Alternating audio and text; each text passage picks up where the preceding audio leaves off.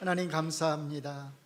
이 시간도 우리가 주의 말씀을 듣기 위하여서 주 앞에 모였습니다. 주의 말씀을 통하여서 우리가 그리스도인으로서 어떻게 행해야 하는지, 우리가 마땅히 행해야 할 바를 우리에게 깨우쳐 주시옵소서. 우리가 순종하게 싸우니 주의 말씀으로 우리를 가르쳐 주시옵소서. 예수님 이름으로 기도합니다. 아멘. 오늘 본문은 사실 저희가 지난주에 이미 함께 한번 살폈던 본문의 말씀입니다. 그런데 사실 오늘 제가 이 본문을 한 번 더 다루는 것은 아직 이 본문에서 우리가 얻어야 될 두 가지 메시지가 더 있기 때문입니다.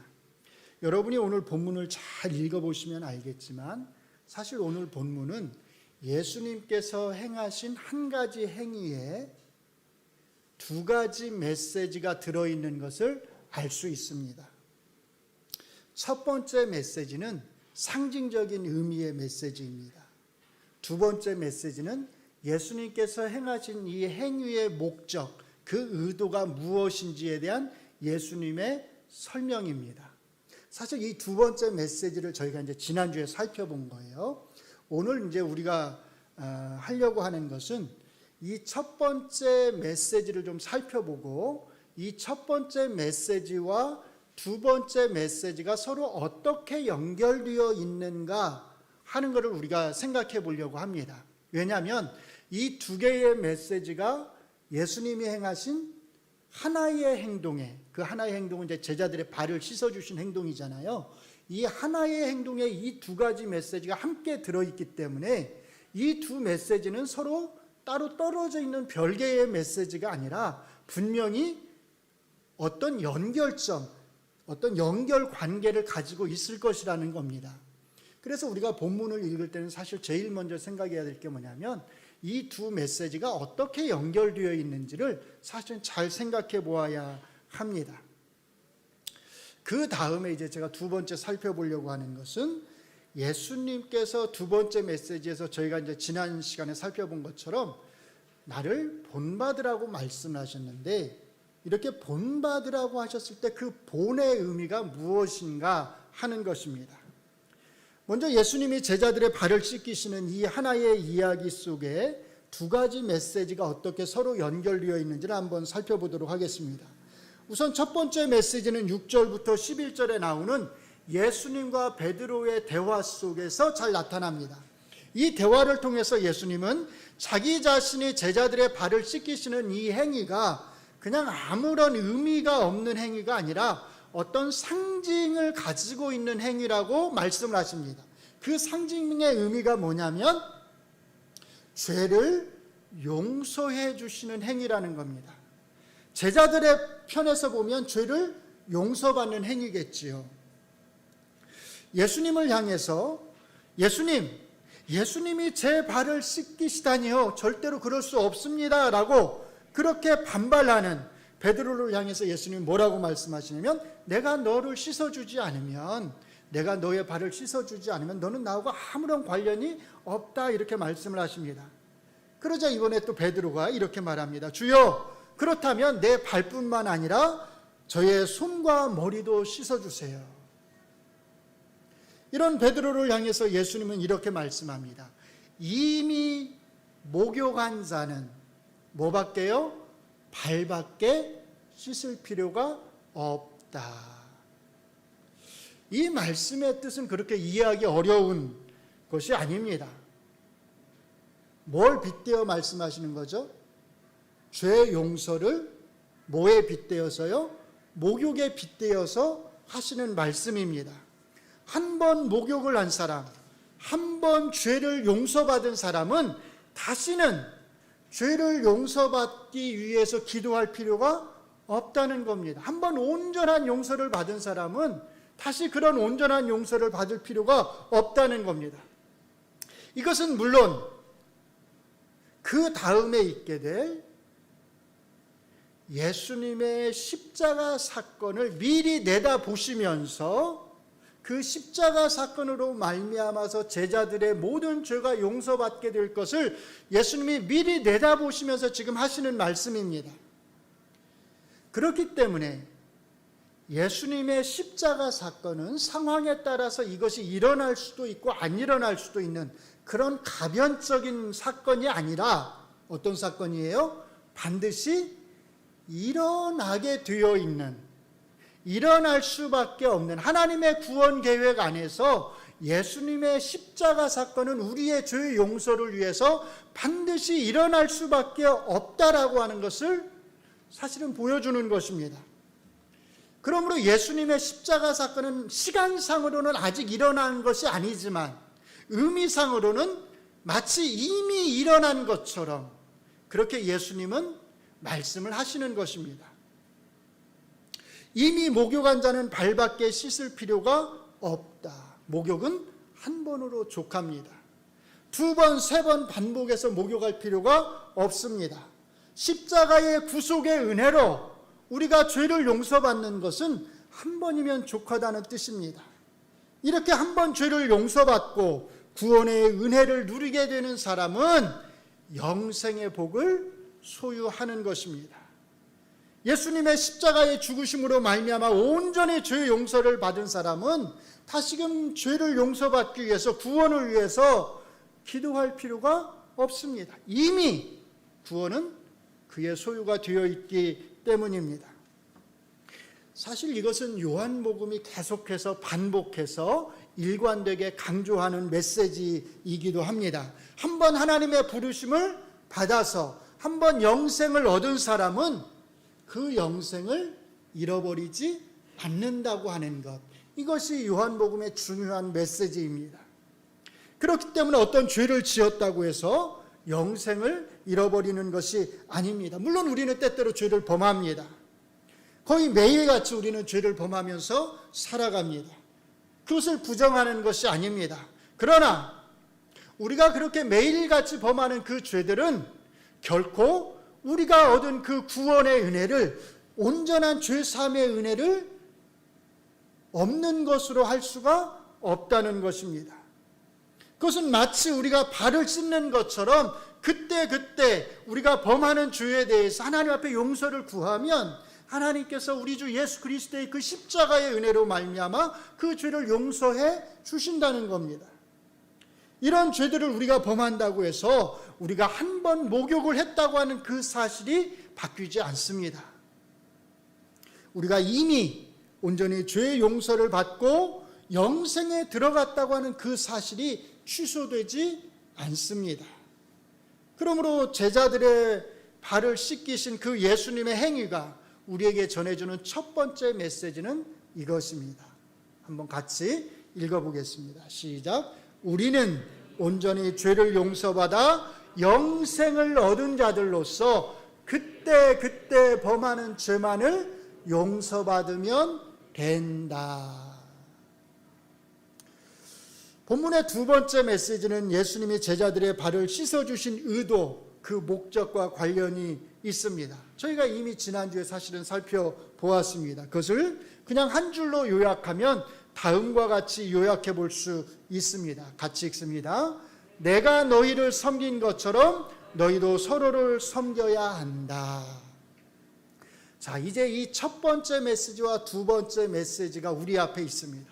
우리가 던져야 될 질문은 아까 제가 처음에 말씀드렸던 것처럼 이것을 따로따로 생각해서는 안 되니까 이 두 메시지가 어떻게 서로 연결되어 있는가 하는 것입니다. 첫 번째 메시지가 뭐라고 그랬죠?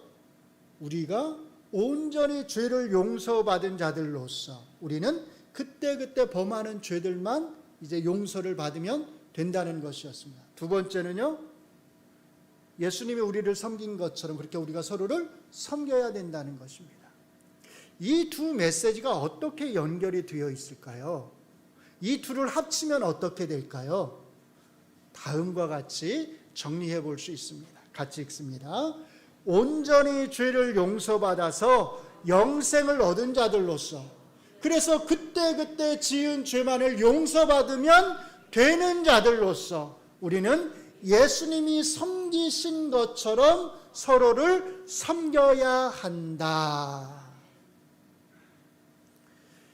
사랑하는 성도 여러분, 이 일을, 이 섬김을 아무나 할 수 있다고 생각하시면 안 됩니다. 예수님은 지금 아무에게나 나의 섬김을 본받으라고 말씀하시는 것이 아닙니다. 예수님은 지금 세상에 있는 모든 사람들을 향해서 내가 너희를 섬긴 것처럼 너희가 나를 섬겨야 한다고 말씀하시는 것이 절대로 아닙니다. 누구를 향해서 하시는 말씀이에요? 누구를 향해서? 목욕을 이미 한 사람들을 향해서 하시는 말씀입니다. 예수님의 십자가의 그 죽으심과 그 부활을 믿고 그 십자가로 말미암아 나의 모든 죄가 다 용서받았다고 하는 그 사실에 대해서 감격을 하고 주님의 그 부활의 은혜가 오늘 나를 살렸다고 하는 것을 매일매일의 삶 속에서 체험하면서 살아가는 사람들, 그렇게 온 몸을 목욕한 사람들, 그 그리스도인들을 향해서 예수님은 나를 본받으라고 말씀하시는 것입니다. 이 그리스도인들은 어떤 사람들입니까? 십자가의 은혜, 십자가의 죄 용서의 은혜를 아는 사람들입니다. 그 은혜에 이끌려서 살아가는 사람들입니다. 그 십자가의 죽으심이 얼마나 크고 놀라운 은혜인지를, 그 주님의 십자가의 죽음이 나를 살렸습니다라고 고백하는 바로 그 사람들입니다. 십자가 너머에 있는 그 부활의 능력을 맛보고 그 부활의 기쁨과 감격으로 매일매일을 살아가는 사람들입니다. 그래서 이 그리스도인들은 예수님의 십자가의 죽으심이 나를 위한 죽으심이라고 하는 사실을 생각하면서 눈물로 섬기는 사람들입니다. 십자가의 은혜와 죄 용서의 감격을 아는 그리스도인들만이 예수님의 섬김을 본받아서 이 섬김을 실천할 수 있다는 뜻입니다. 어떤 분들은 이렇게 생각할지 모릅니다. 믿지 않는 사람들도 예수님이 말씀하신 것처럼 다른 사람들을 잘 섬기지 않나요? 예, 맞습니다. 믿지 않는 사람들도 예수님이 말씀하신 것처럼 정말 잘 섬깁니다. 어떤 분들은 불쌍한 사람들을 위해서 자기의 사비를 털어서 도움을 베풀기도 합니다. 우리가 크리스마스 때쯤 되면 항상 나오는 뉴스가 있잖아요. 어느 지역 어느 동사무소에 이름도 없이, 그렇죠? 아무것도 남기지 않고 돈을 두고서 가난한 사람들을 도와주도록 돈을 두고서 가는 분이 있어요. 또 어떤 분은 차에다가 라면하고 막 먹을 거를 쌀 같은 걸 싣고 와서 밤새 와가지고 그 몰래 그것을 동사무소 앞에다 다 내려놓고 가는 사람도 있어요. 어떤 분들은 장애인들을 위해서 무료로 자기 시간을 내고 자기 물질을 사용하면서 쓰면서 그렇게 봉사하는 분들도 있습니다. 이런 분들은 예수님을 알지 못하는데도 불구하고 그리스도인들 못지않게 다른 사람을 잘 섬깁니다. 그런데 주의하셔야 합니다. 오늘 예수님이 말씀하시는 섬김은 이런 섬김이 아닙니다. 왜냐하면 예수님을 알지 못하고 섬기는 이런 분들의 섬김과 예수님을 믿는 그리스도인의 섬김은 근본적으로 사실은 그 성격이 다르기 때문입니다. 겉으로 보면 똑같지요. 겉으로 보면 다른 사람을 위하고 다른 사람을 배려하고 다른 사람을 긍휼히 여기는 마음을 가지고서 섬기는 것이기 때문에 외양만 보면, 겉으로 드러나는 모습만 보면 별로 차이가 나지 않습니다. 그런데 그 출처를 한번 잘 생각해 보시면 그 근본에 있어서 차이가 나는 것을 알 수 있습니다. 예수님을 알지 못하는 사람들의 섬김은 어디서 오는 걸까요? 당연히 다른 사람을 불쌍히 여기는 마음에서 옵니다. 다른 사람을 긍휼히 여기는 마음에서 오는 겁니다. 근데 그 긍휼히 여기는 마음은 또 어디서 오는 걸까요? 대개는 물론 학교에서 배워서일 수도 있지만 그 사람의 마음에 있는 타고난 그 사람이 지닌 본성에서 나옵니다. 모든 사람이 아담의 죄로 말미암아 타락했다고 해서 모든 사람에게서 타인을 긍휼히 여기는 마음이 다 사라진 것은 아닙니다. 모두가 다 자기의 이익만 구하는 사람으로, 아주 악한 사람으로 다 변한 것은 아닙니다. 아담의 타락에도 불구하고 하나님께서는 사람의 마음 속에 다른 사람들을 긍휼히 여길 수 있는 마음, 불쌍히 여길 수 있는 마음, 도와주고자 하는 마음을 남겨두셨습니다. 어떤 사람들의 마음 속에는 다른 사람보다 더 큰 긍휼의 마음이 있습니다. 자기보다 불쌍한 사람을 보면 자기 옷을 벗어주지 않고서는 견디지 못하는 사람이 있을 수 있습니다. 그 본성에서 다른 사람을 긍휼히 여기는 마음이 크기 때문입니다. 하나님이 그 본성에 남을 긍휼히 여기는 마음을 남겨두신 것입니다. 그런데 오늘 본문에서 예수님이 말씀하시는 섬김은 이렇게 하나님이 남겨두신 우리의 본성에서, 남을 긍휼히 여기는 우리의 본성에서 섬기는 그런 섬김을 말씀하시는 것이 아닙니다. 어디서 나오는 섬김이에요? 아까 제가 사실은 말씀을 드렸죠. 십자가의 은혜에서, 십자가의 죄 사함의 은혜를 맛본 사람만이 할 수 있는, 부활의 감격을 아는 사람만이 할 수 있는 그런 섬김을 오늘 예수님은 우리에게 말씀하시는 것입니다. 이것이 중요합니다. 이 섬김은 예수님의 십자가로 말미암아 모든 죄를 온전히 용서받고 나의 죄를 위해서 십자가에서 죽으신 그 주님의 십자가의 은혜, 그 낮아지심의 은혜, 그 겸손의 은혜, 그 은혜에 정말로 눈물로 반응해서, 감사의 눈물로 반응해서 나오는 섬김입니다. 그래서 이 섬김은 우리로 하여금 한없이 낮은 곳으로 내려가도록 합니다. 섬기면 섬길수록 더 낮은 곳으로 우리를 내려가도록 합니다. 더 겸손하게 합니다. 그러나 섬기면 섬길수록 그 안에는 더 큰 기쁨과 감격이 있습니다. 십자가의 은혜의 눈물과 부활의 기쁨과 감격이 함께 어우러진 섬김이기 때문입니다. 사랑하는 성도 여러분, 여러분 자신의 섬김을 한번 잘 살펴보시기 바랍니다. 여러분의 섬김은 여러분의 본성에서 나오는 섬김인가요? 아니면 정말로 우리 주 예수 그리스도의 그 십자가의 은혜를 체험한 사람으로서 섬기는 섬김인가요? 주님의 부활에 대한 기쁨과 감격이 여러분 안에 있습니까? 주님의 십자가의 그 은혜에 대한 그 죄사함의 감격이 여러분 안에 있습니까? 여러분을 주장합니까?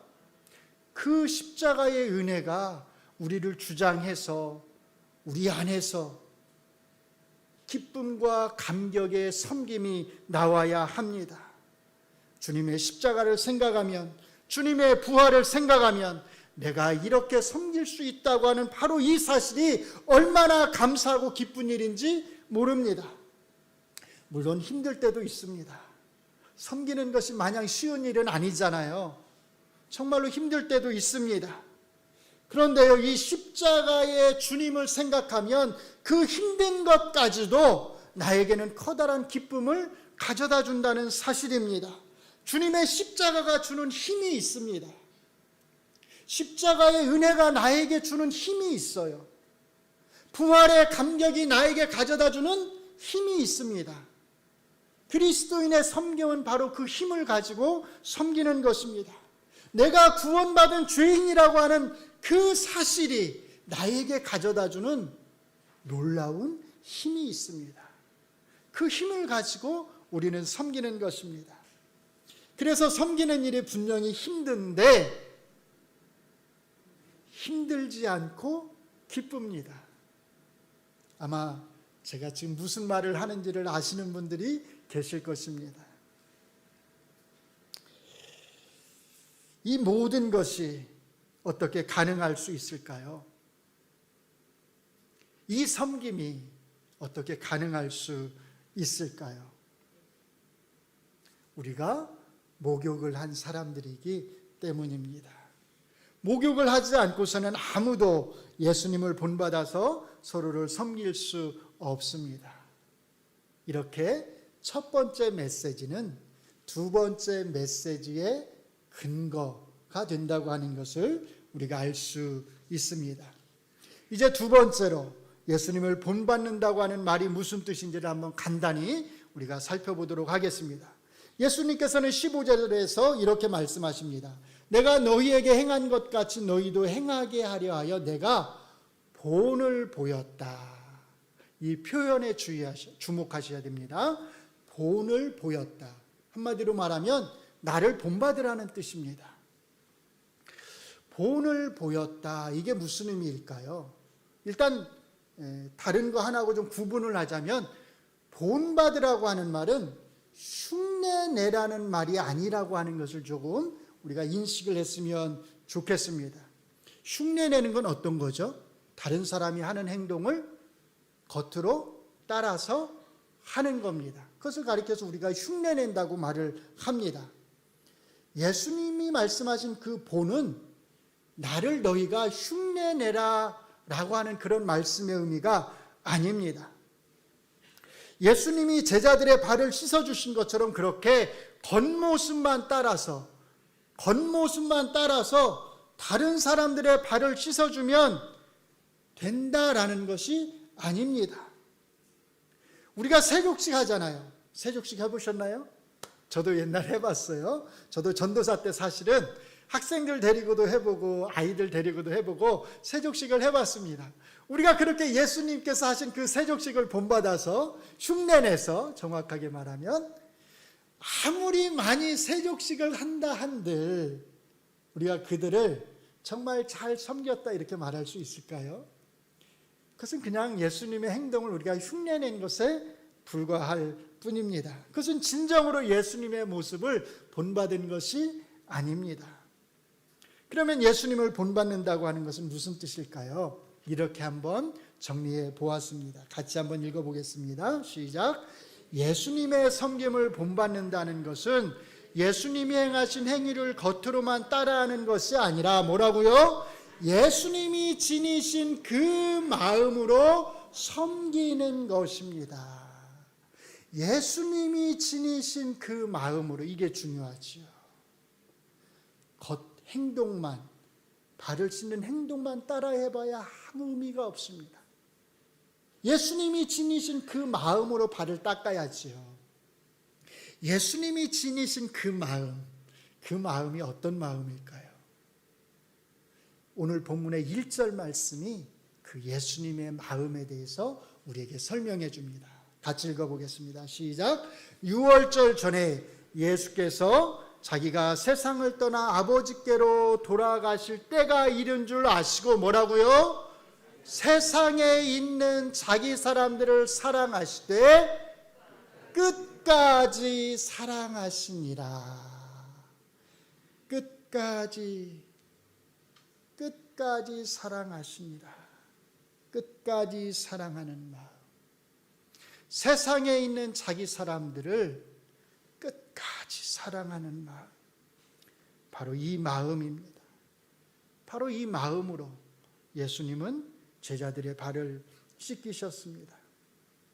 이 끝까지 사랑하는 마음은요, 제자들이 예수님을 어떻게 대하느냐와 상관이 없이 예수님께서 제자들에게 베풀어 주신 마음입니다.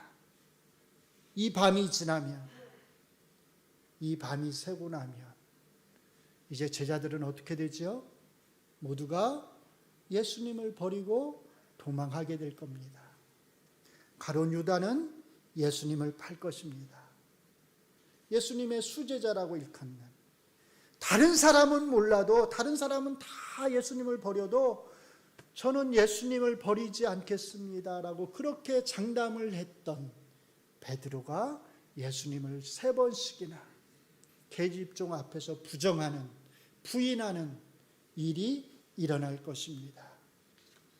그런데 이런 제자들의 모습과 상관이 없이 예수님은 이들을 끝까지 사랑하셨고 그 사랑의 마음으로 제자들의 발을 씻어 주셨습니다. 사랑하는 성도 여러분, 다시 한번 강조해서 말씀을 드립니다.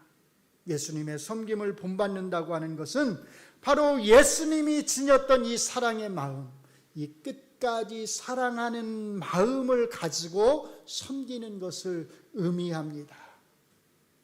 이 마음이 없이 맨날 다른 사람들의 발만 씻겨봐야 사실은 아무런 의미가 없습니다. 그것은 예수님의 행동을 흉내내는 것이지 예수님을 본받는 것이 절대로 아닙니다. 예수님을 흉내내려고 하지 말고 예수님을 본받으시는 우리 성도님들이 되시기를 바랍니다. 상대방이 나를 어떻게 대하느냐와 상관이 없이 힘들지요. 그렇지만 끝까지 인내하면서 끝까지 사랑하면서 우리가 서로를 섬길 수 있기를 바랍니다. 물론 쉬운 일이 아닙니다. 정말로 쉬운 일이 아닙니다. 남을 끝까지 섬긴다고 하는 것 쉬운 일이 아닙니다. 그런데 이것을 기억하셔야 됩니다. 내가 누구인가? 내가 누구인가? 우리가 누구인가? 우리가 누굽니까? 우리는 목욕을 한 사람들입니다. 이걸 잊지 않아야 됩니다. 우리는 목욕을 한 사람들입니다.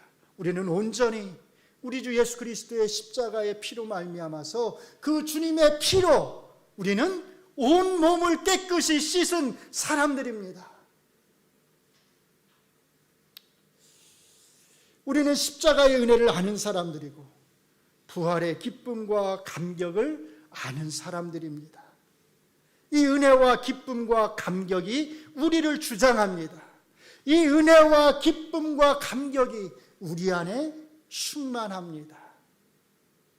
그래서 예수님이 우리에게 예수님 자신을 본받으라고 말씀하시는 것입니다. 우리가 목욕을 하지 않았다면, 우리가 목욕한 사람들이 아니라면 예수님은 우리에게 나를 본받으라고 말씀하지 않으실 것입니다. 예수님이 우리에게 나를 본받으라고 말씀하셨다고 하는 것은 내가 너를 목욕시켰다, 나의 피로 너를 목욕시켰다라고 하는 것을 예수님께서 인정하셨다는 것입니다. 할 수 없는 요구를 예수님이 우리에게 하시는 것이 아니라 할 수 있는 요구를 우리에게 하신다는 뜻입니다. 할 수 있습니다. 할 수 있습니다. 우리는 목욕을 한 사람들이니까요. 우리는 십자가의 죄 용서의 은혜를 아는 그리스도인들이고 우리에게는 부활의 기쁨과 감격이 있기 때문입니다. 올 한 해 우리 동작 중앙교회에 주님의 이 섬김을 본받는 섬김이 가득하기를 주의 이름으로 축원합니다. 이미 목욕을 한 그리스도인들로서 주님의 그 마음을 품고 끝까지 사랑하시는 그 주님의 마음을 품고 우리가 서로를 끝까지 잘 섬길 수 있기를 주의 이름으로 축원합니다. 기도합니다. 하나님, 우리는 죄인들입니다. 우리는 예수님의 십자가의 죽음이 아니고서는, 그 십자가의 피가 아니고서는 도저히 용서받을 수 없는 그런 악한 죄인들이었습니다. 주께서 우리를 용서하시고 십자가의 피로 우리를 씻기시고 우리를 새로운 생명으로 거듭나게 하셨습니다. 그리고 이제 그렇게 거듭난 사람답게 예수님을 본받아서 예수님의 마음을 품고서 살아가도록 우리에게 요구하십니다. 서로를 섬기라고 그렇게 요구를 하십니다. 그 은혜에 감격함으로 그 십자가의 은혜를 늘 기억하면서 하나님 감사함으로 섬기게 하여 주시옵소서. 섬기기를 포기하지 않게 하여 주시옵소서. 우리가 목욕한 사람들이라고 하는 사실을 늘 잊지 않으면서 끝까지 사랑으로 서로를 섬기는 우리 교회 공동체가 될 수 있도록 주의 성령께서 우리의 연약한 마음을 붙잡아 주시옵소서. 예수님 이름으로 기도합니다. 아멘.